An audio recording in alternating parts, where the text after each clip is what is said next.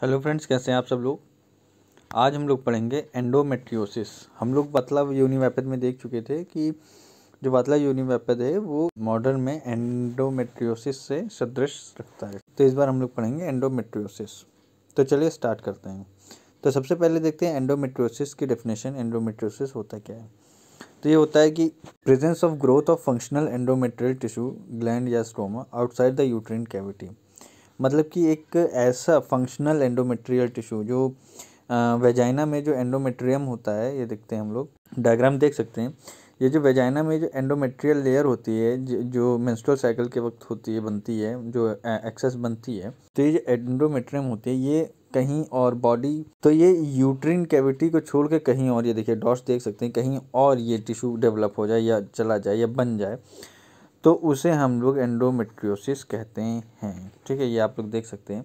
ये जो होता है ये यूट्राइन कैविटी को छोड़ के जो एंडोमेट्रियल टिश्यू है कहीं और पर डेवलप होने लगे, या तो ये ओवरी हो सकता है, या तो ये आउटसाइड द यूट्राइन कैविटी हो सकता है, या तो ये ओवेरियन ये लिगामेंट में हो सकता है। ठीक है, या फर्दर किसी और ऑर्गन्स में भी पाया जाता है। तो ये जो प्रेजेंस होती है इनकी, इसे हम लोग एंडोमेट्रियोसिस कहते हैं। और ये जो एंडोमेट्रियोसिस होता है, यहाँ पे जो नॉर्मल एंडोमेट्रियल का फंक्शन होता है, ये जो नॉर्मल एंडोमेट्रियल फंक्शन होता है ये सेम उसी तरह यहाँ पे भी रह करके सेम वही एंडोमेट्रियल फंक्शंस करते हैं। चलिए फिर देखते हैं, आगे देखते हैं एंडोमेट्रियोसिस की साइट्स कहाँ कहाँ पे होती है। जो एंडोमेट्रियोसिस है वो कहाँ कहाँ पे होता है।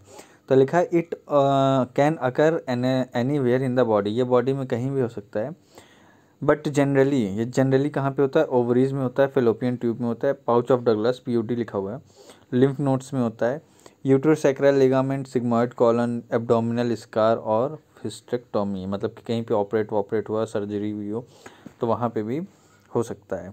इसके कॉजेज़ क्या हैं, क्यों होता है, कैसे होता है। तो जो कॉजेज़ हैं वो अभी वेल डिफाइंड नहीं है, ठीक है, कैसे होता है। बट ऐसा माना जाता है जैसे रिट्रो ग्रेड मेंस्ट्रुएशन है उसके कारण हो सकता है, या तो direct implantation over surgical site और वेजाइना सर्विक्स, या सर्जरी के वक्त से कहीं पे, मतलब कि जो एंडोमेट्रियल टिश्यू है वो कहीं मतलब कि निकल करके बाय मिस्टेक्स कहीं पे और इम्प्लांट हो जाए। By lymphatic vascular ecosystem transfer of endometrial cell, जो एंडोमेट्रियल सेल हैं वो लिम्फ्स के थ्रू या वस्कुलर सिस्टम के थ्रू कहीं ट्रांसफ़र हो जाए। जीन्स भी होता है, ठीक है, जीन्स के अगर जीन्स हो तो जीन्स के कारण भी हो सकता है कि कहीं पे डेवलप हो जाए। इसका इम्यूनोलॉजिकल फैक्टर है कि normally macrophages remove menstrual debris by phagocytosis.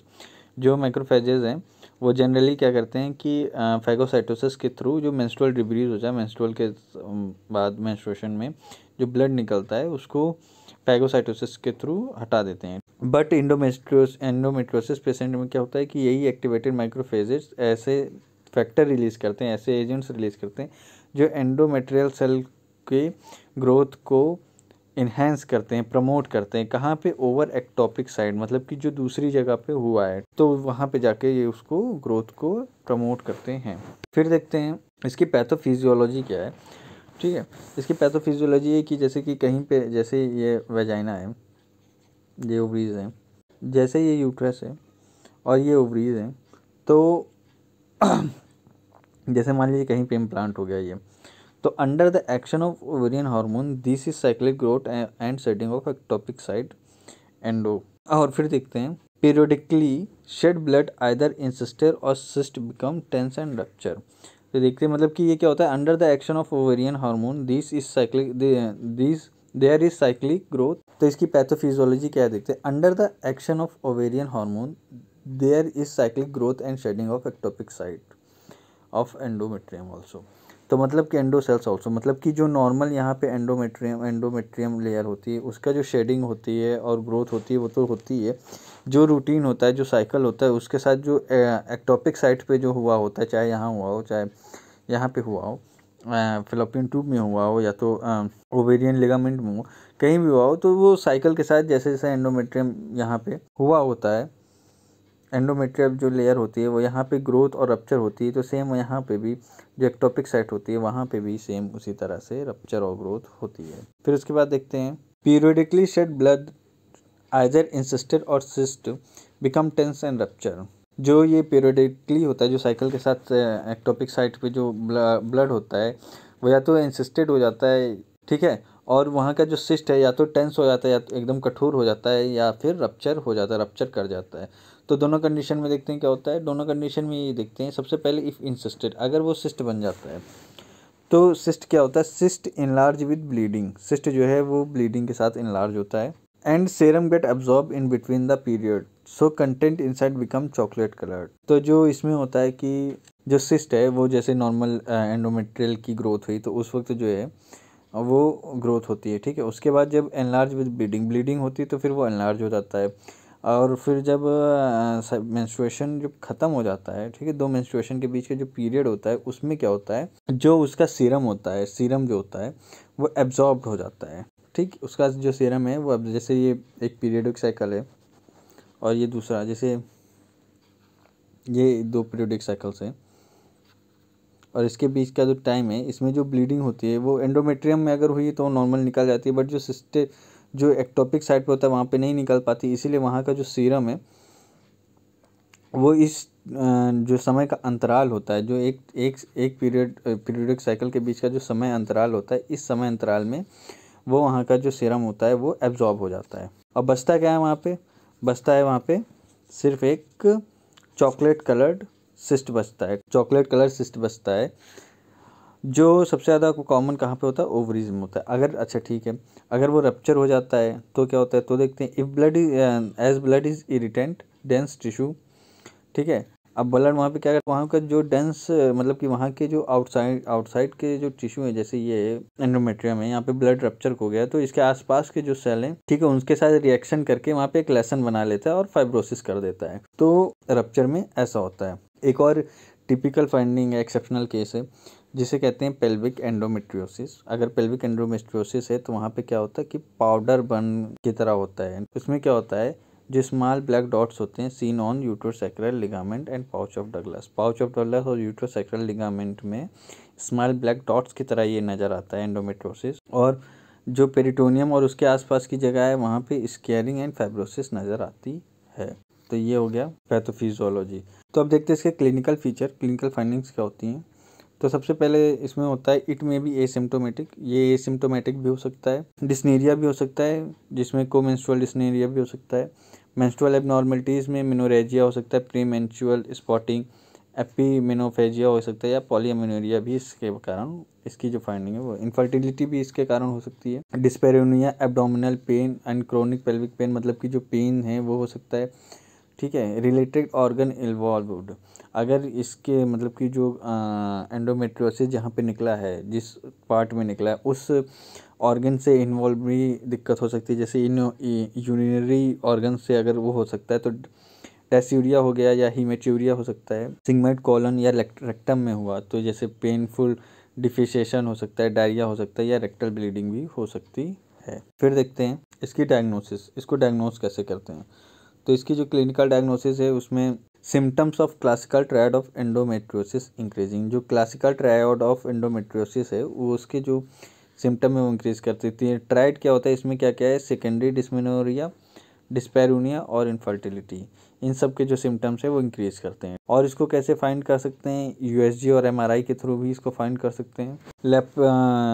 CA-125 का टेस्ट होता है उससे भी फाइंड कर सकते हैं, बायोप्सी से भी इसको फाइंड कर सकते हैं। लेप्रोस्कोपी गोल्ड स्टैंडर्ड, इससे कंफर्म हो जाता है जो पाउडर मन है जो यूट्रोसैक्रल लिगामेंट में भी हम लोग देख चुके हैं, अगर वहाँ पे होते हैं या मैच स्टिक स्पॉट होते हैं तो पाउच ऑफ डगलस के जो पेरिटोनियम में ऐसा स्पॉट नज़र आता है अगर लेप्रोस्कोपी से देखें। MCP-1 मतलब कि मोनोसाइट कीमोटैक्टिक प्रोटीन 1 का टेस्ट होता है। अब इसके बाद देखते हैं ट्रीटमेंट। तो ट्रीटमेंट इसके दो टाइप से होते हैं, प्रिवेंटिव और क्यूरेटिव।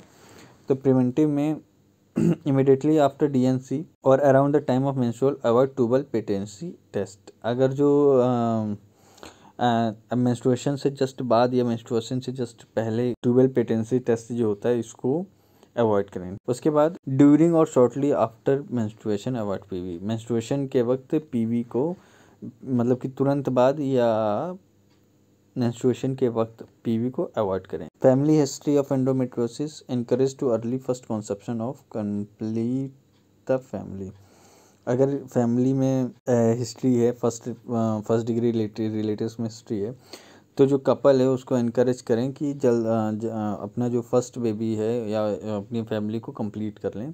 उससे क्या होता है, क्योंकि इसके कॉज में हम लोग देख ही चुके हैं इनफर्टिलिटी। तो अगर इनफर्टिलिटी शायद हो सकती है, शायद नहीं हो सकती, तो उससे बचने के लिए अपनी फैमिली को जल्द कंप्लीट कर लें।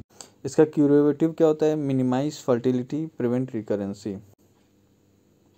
मतलब जो सिम्टम्स हैं उसको कम से कम मिनिमाइज करना, फर्टिलिटी के लिए यूज़ किया जा सकता है, फर्टिलिटी पे ध्यान दिया जाता है। एंड प्रिवेंट रिकरेंसी, ठीक है, उसके दोबारा आने को प्रिवेंट भी किया जाता है। तो देखते हैं कैसे होता है। तो एक्सपेक्टेंट वेट एंड वॉच से ये होता है, क्या पता खुद ही सही हो जाए थोड़े टाइम बाद, और ऐसे नहीं पता कर सकते हैं कि मतलब ये है या नहीं है। तो वेट एंड वॉच में ये होता है कि क्या पता खुद ही ये सही हो जाए। फिर उसके बाद जो मेडिकल ट्रीटमेंट होता है उसमें for endometrial atrophy hormonal therapy दी जाती है, ठीक है, हार्मोनल थेरेपी की जाती है बाय प्रोड्यूसिंग प्सूडो प्रेगनेंसी को करके जो एंडोमेट्रियल एट्रोफी है वो की जाती है, ठीक है। ओसीपी, ओरल कॉन्ट्रासेप्टिव पिल, प्रोजेस्टेरोन और प्सूडो मेनोपॉज किया जाता है। मेडिकल ऊफेरेक्टोमी की जाती है। जीएनआरएच एनालॉग्स दिए जाते हैं। सर्जरी में देखते हैं कि जब ये मतलब कि ये ऊपर की जितनी भी हार्मोनल थेरेपी ये काम नहीं करती है, तब उसमें क्या कर सकते हैं कि व्हेन सीवियर सिम्टम्स, जब सीवियर सिम्टम नज़र आते हैं और अनरिस्पॉन्सिव टू हार्मोन थेरेपी, ये जो ऊपर के जितने भी सिम्टम्स दिए गए हैं, ट्रीटमेंट दिए हैं, जब इसमें रिस्पॉन्स नहीं मिलता है तब हम लोग सर्जरी, तब जो है तो वो सर्जरी की जाती है। फिर उसके बाद देखते हैं और सर्जरी के क्या मतलब कि हैं कि size is greater than 1 centimetre, जो एंडोमेट्रियोसिस का जो सिस्ट है वो 1 सेंटीमीटर से ज़्यादा हो। डिस्टॉर्शन ऑफ पेल्विक एनाटमी, या अगर पेल्विक एनाटमी में, पेल्विस में किसी प्रकार की जो एनाटमी है उसमें डिस्टॉर्शन हो रहा है तो सर्जरी की जाती है। लेप्रोस्कोपी करते हैं। लेप्रोस्कोपी में एबाइलेशन एंड एडहेसियोलिसिस करते हैं। लूना एक होता है वो करते हैं, जिसमें लेप्रोस्कोपिक यूट्रोसैक्रल नर्व एब्लेशन करते हैं। इसके बाद हिस्टेक्टोमी लेप्रोस्कोपी के अंतर्गत करते हैं, ठीक है। अब इन दोनों की कंबाइंड क्या होती है, 3 to 6 मंथ प्री ऑपरेटिव, ठीक है, to decrease the size of vascularity of lesion. तो उससे क्या होता है, जो सिस्ट होता है उसको छोटा करने की कोशिश करते हैं और फिर उसके बाद ऑपरेट करके निकाल देते हैं। फिर 3 मंथ पोस्ट ऑपरेशन करते हैं, मतलब पोस्ट ऑपरेटिव ट्रीटमेंट करते हैं टू डिस्ट्रॉय द रेजिड, मतलब कि जो बचा कुचा है उसको डिस्ट्रॉय करने के लिए। इसमें जो ड्रग्स यूज़ करते हैं नॉर्मली जीएनआरएच एनालॉग और डायनाजोल ड्रग्स को यूज़ करते हैं। और जैसे अगर सीवियर सिम्टम्स हो गया और मदर इनफर्टाइल हो गई है किसी तरह, मतलब हो गई है, तो उसमें क्या करते हैं, art assisted reproductive technique use कर सकते हैं, जैसे आईवीएफ और इस तरह के कई भी आते हैं। तो इस तरह की कई टेक्निक्स को यूज़ करके फीमेल को कंसीव कराते हैं, फीमेल को मदर बनाते हैं। तो ये थी वीडियो एंडोमेट्रियोसिस पे। आपको कैसे लगी? अगर आपको पसंद आई हो तो प्लीज़ वीडियो को लाइक और सब्सक्राइब करें, चैनल को सपोर्ट करें, और कोई क्वेरी हो तो प्लीज़ कमेंट बॉक्स में लिखें। And thank you so much.